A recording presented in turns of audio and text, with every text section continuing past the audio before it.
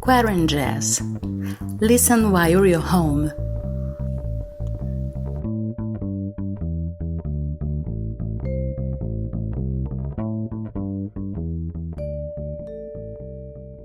Hello and welcome to the 33rd episode of QuaranJazz. I'm Geisa Fernandes, singer, songwriter, and music researcher from Rio de Janeiro, Brazil. And your favorite podcast is starting now.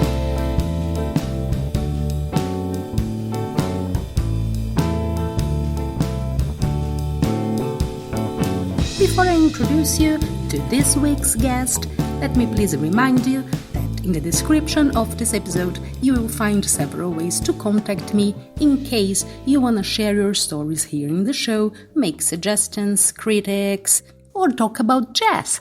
They include a link to my webpage, geisafernandes.com. Also, a directly link to my mailing list, in case you want to subscribe and get free regular content, and also find out more about my work and other podcasts that I produce. Or maybe you would rather prefer to join the Touring Jazz Musician, a group that I've created on Facebook. The group was named after a guide that I wrote to keep musicians informed about jazz festivals that accept submissions directly from artists, the so-called open submission process. If this is your thing, join us there on Facebook, the Touring Jazz Musician. And QuaranJazz has also its own playlist on Spotify with the songs featured in all the episodes, plus some little surprises. Let's check what is new on our QuaranJazz playlist on Spotify. There you go. No talk,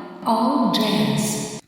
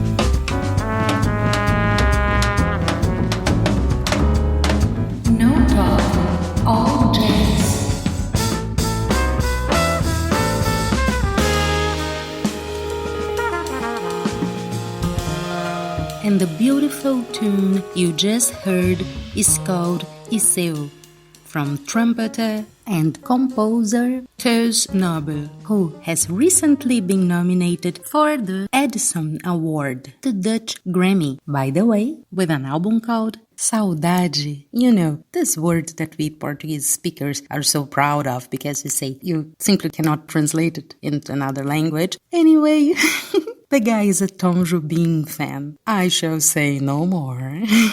Hi, Teus. Thank you so much for your participation in QuaranJazz. I know that you are a busy guy at the moment. Very glad that you could find some time to talk to us. I always ask my guests to start by telling their stories. How did they start with their instrument, your influences, and how would you describe your music? Hello Jason, hello dear listeners of the QuaranJazz podcast. My name is Teus Nobel. I'm a trumpeter based and born in the Netherlands, in Holland.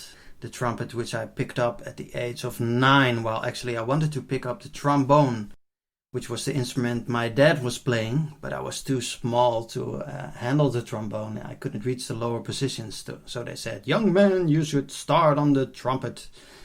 And then later maybe you can switch to the trombone."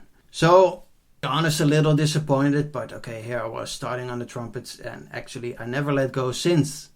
Because the trumpet, I think it gave me a way out. I was a small boy, a really shy boy, being bullied on the school ground a bit because I was so tiny, and then suddenly with the trumpet I had a voice, a way to be heard. You know, I would take the trumpet to school and then play for my fellow students, and they were impressed, and suddenly I was somebody. You know, it gave me some kind of identity. But still, for years I didn't think of being like a professional musician. My dad was in finance, and of course I wanted to do everything what my dad did. So I thought, okay, it's probably gonna be something like that, and then play the trumpet as a hobby. But then, as soon as I was able, I started playing at an amateur orchestra in my village, Crescendo, what it was called. And I was sat down next to an older trumpet player, and he gave me some cassette tapes of trumpet players that played really high and really fast notes, and it was like super impressive. Wow, man, this is something I want to be able to do.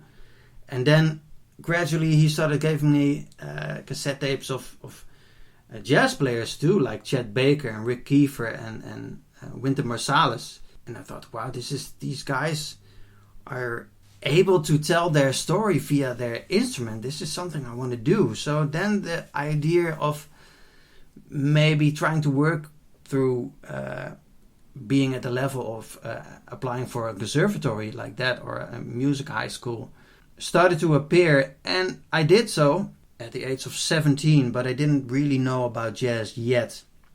So they refused me at the jazz department, but I could play the trumpet pretty well, and they accepted me at the classical department. So then I started with 2 years of classical music, building up my technique, and playing together with other musicians there in the orchestral projects.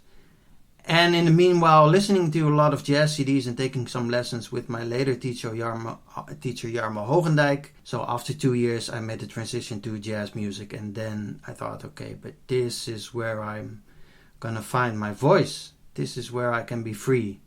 So I graduated in 2006 when I was 23. And then the first 6 or until 8 years, I mostly did commercial work, like theater and musical productions like Fame and Footloose and Saturday Night Fever, trying to make some musical kilometers in being a professional musician, and in the meanwhile trying to figure out what it was I wanted to tell musically myself.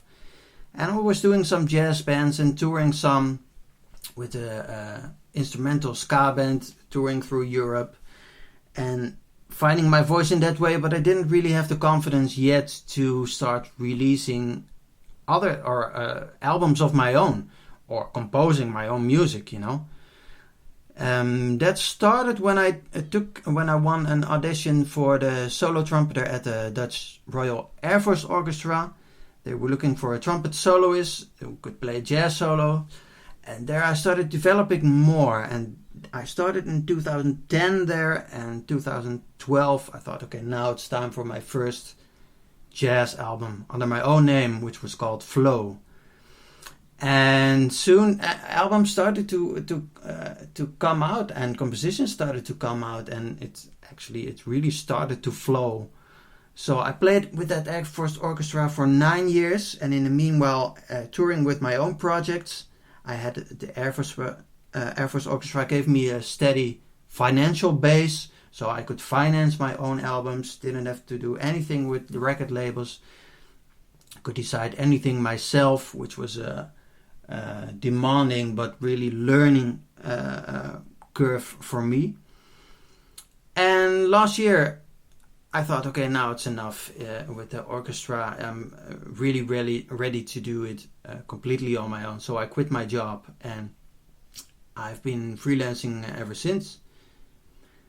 It's hard to really describe my music in one word, because my taste and preferences, they shift every few years. That resulted in my first album, Flow, of 2012 being fusion and groovy music, and my second album, Legacy, of 2014, more jazz in an acoustic quintet. The third one, Social Music, of 2016, I mean, it was completely experimental, with 2 guitars, sort of in the vibe of Miles's Bitches Brew.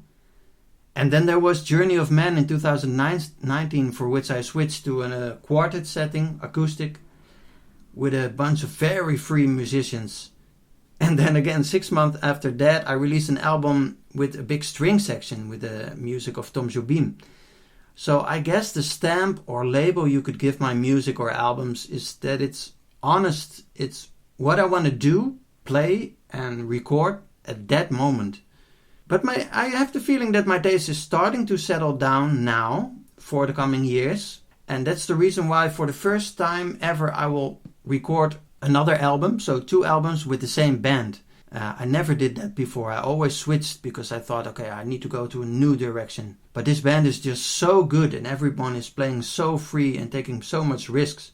So now I also think it's time to do a live album recording, also a first, on December 28th and 30th of this year in Jazz Club Paradox in Holland, for which I will also first start up a crowdfunding at the end of this month. So please keep an eye on my website and support our music. You know, before QuaranJazz, I had a podcast about how to be indie in Brazil. I'm in one season, actually planning to come back, but this is another story. Anyway, the most successful episode of all is the one dealing with crowdfunding. I think crowdfunding is great for many different reasons, starting with the visibility that you get to the project. So well done. And how was your original plan for the year of 2020? How did the year start for you?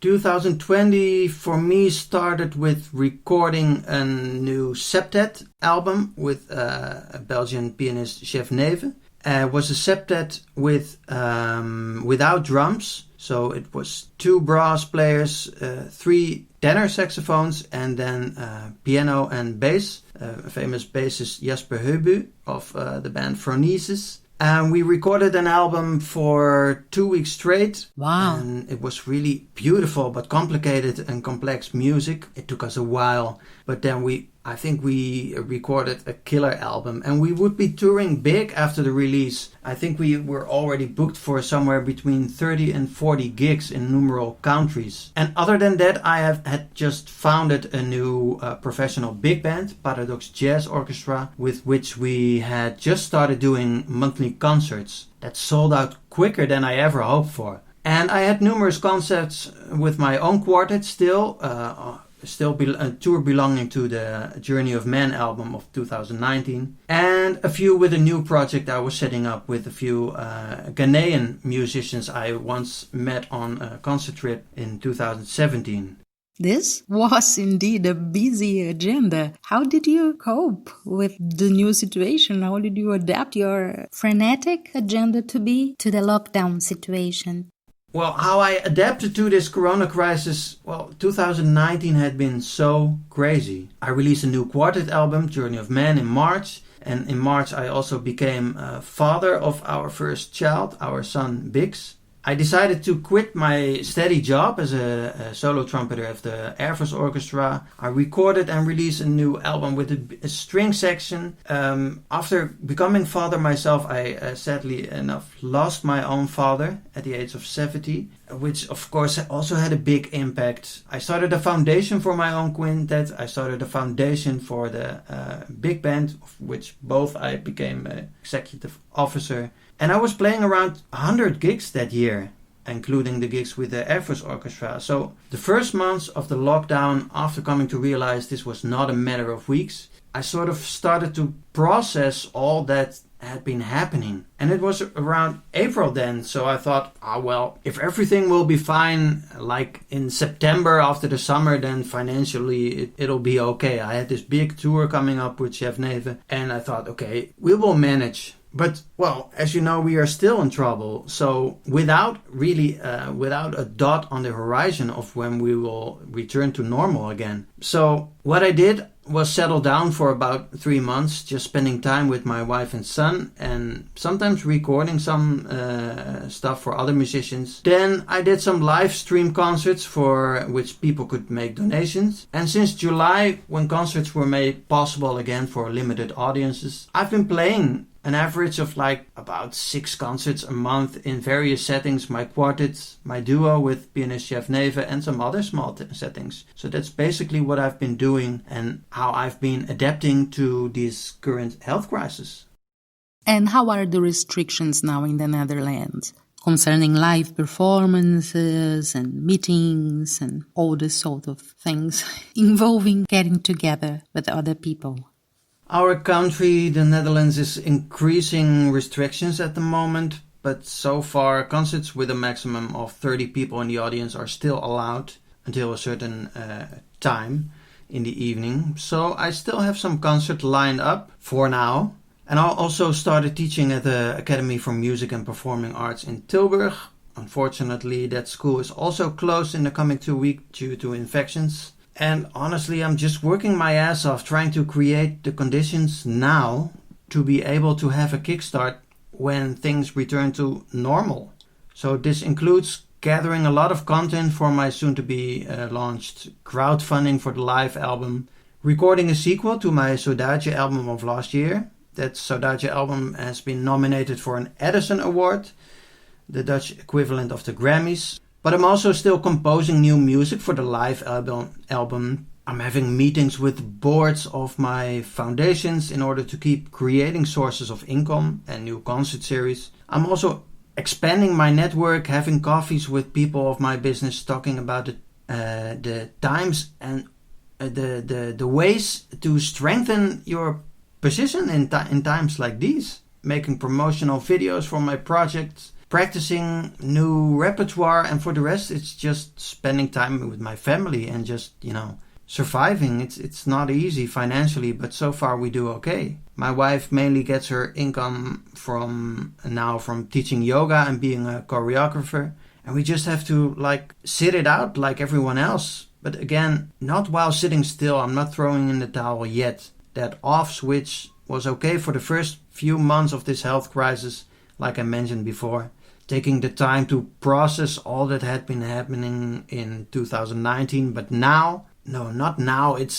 We need to keep getting off our asses and come up with creative solutions to keep being able to tell our musical story, our art form. And it's not a straight line forward or up. It's up and down, because it keeps happening that you put a lot of effort in a new concert date, for example, rehearse, getting everything in order to go full on, and then it gets cancelled. You're disappointed, you're pissed, you're down for a while, and then you pick up yourself again, because music is what for a large part makes you. And in the same time, it's a reality check, Who are you? Are you a musician, or are you a human first? And what about the humans around you? What are they doing? And of course, being a young father, it's like, hey, someone else needs my constant attention too. No, he doesn't only need it, he deserves it. So I guess that's the positive side, or at least lesson, that we could take out of this crisis. What's left of you when something you link a big part of your identity to is taken away from you?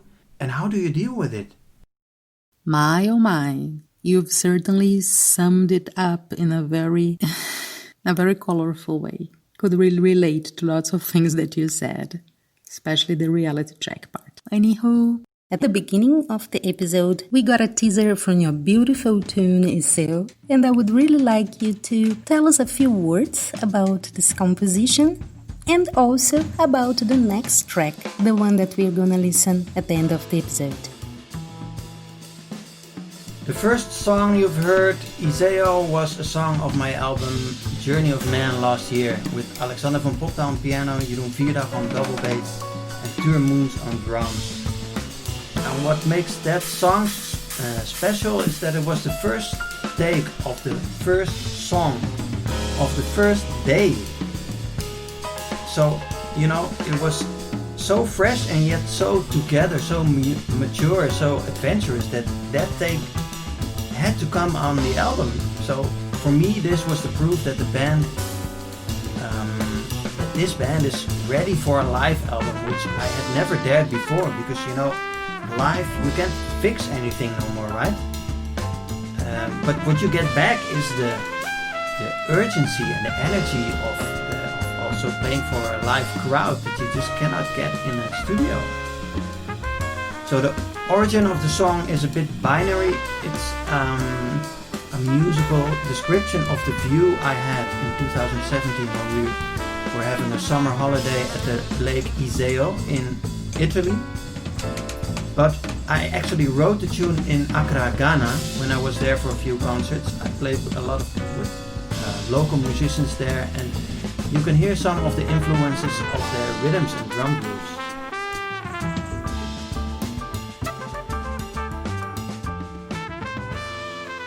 The song you will hear in full is the album opener of our Saudade album that is nominated for an Edison Award.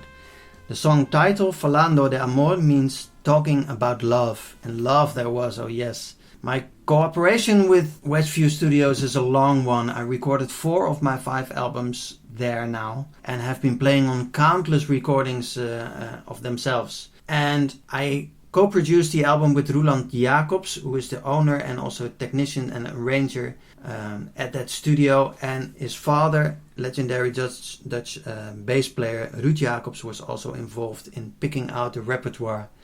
He played with Miles Davis and with Chet Baker, and he played with Louis Armstrong, for crying out loud. So Ruud was really a big inspiration and awesome to have him involved with the project.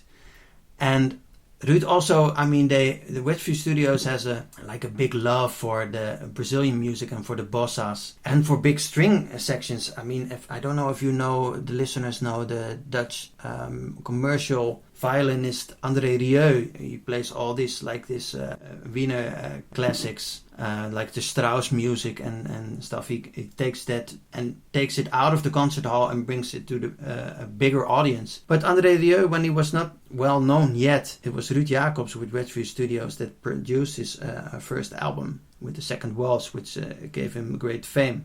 Well, Ruud Jacobs, I think my first cooperation with them was on an album also with strings and with bossas. It was for a charity goal. I think it was for a cancer foundation. Well, I just loved playing in that setting, and they really noticed that the combination with my sound and strings was a golden one. So then we thought, okay, we need to do something with this. We started thinking of repertoire, and we quickly came out with the music of Antonio Carlos Jobim. Viva Jobim! The Brazilian master composer, the great master, the Gershwin of Brazilian music. And well, over the course of 3 years we recorded this album, which in the beginning it was like a light-hearted bossa album, and then suddenly, right before finishing this album, both my father, as Roland Jacobs' father, my co-producer, Ruud Jacobs, they died within a period of 2 weeks. So then we thought, okay, wait.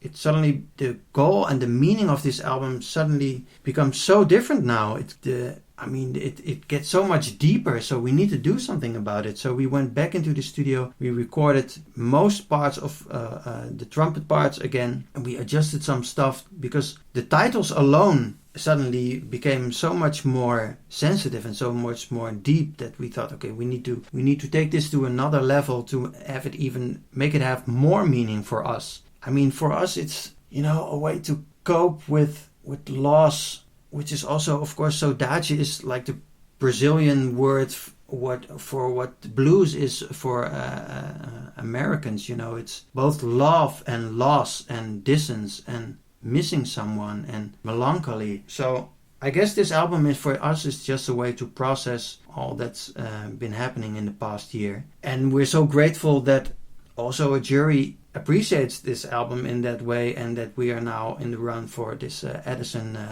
Public Choice Award. I guess what I'm trying to say to us, it's already so special that we have been able to make this also with the that we had to do it involved, that it's special as it is now. So I hope the listeners of the QuaranJazz podcast will enjoy this too. This is of Antonio Carlos Jobim, the song Falando de Amor, talking about love. So Jeza, it's been a pleasure to being a guest in your QuaranJazz podcast. I hope the listeners will have liked this episode and they will check out all your other episodes. At least check out the episode with Arlette Hovenga, who is also in the board of my foundation and who is supporting me greatly with my campaign. So I hope that everyone will get out of this crisis on a respectful way, and that they can still, if you're a musician, that you are able to maintain telling your musical story. And I hope to meet you all soon. So bye for now, and stay safe, stay healthy.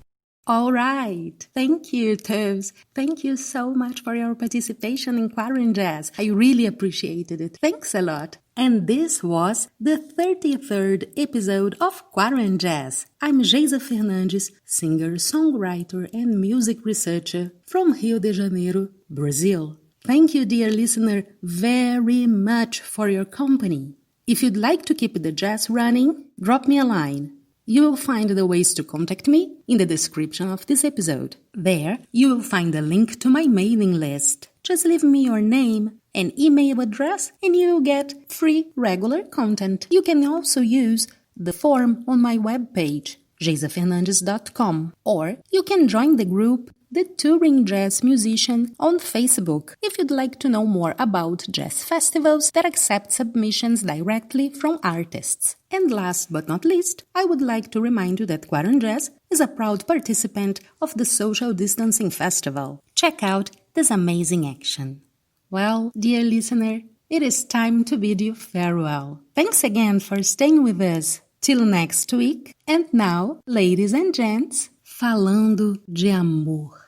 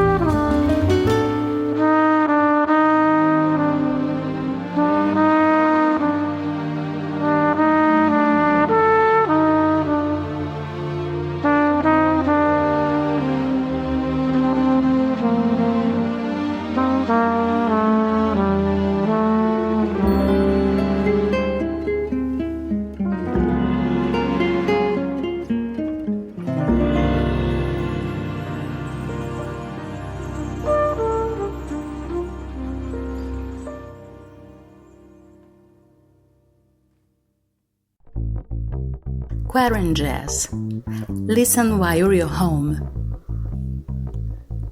QuaranJazz, a podcast by Geisa Fernandes.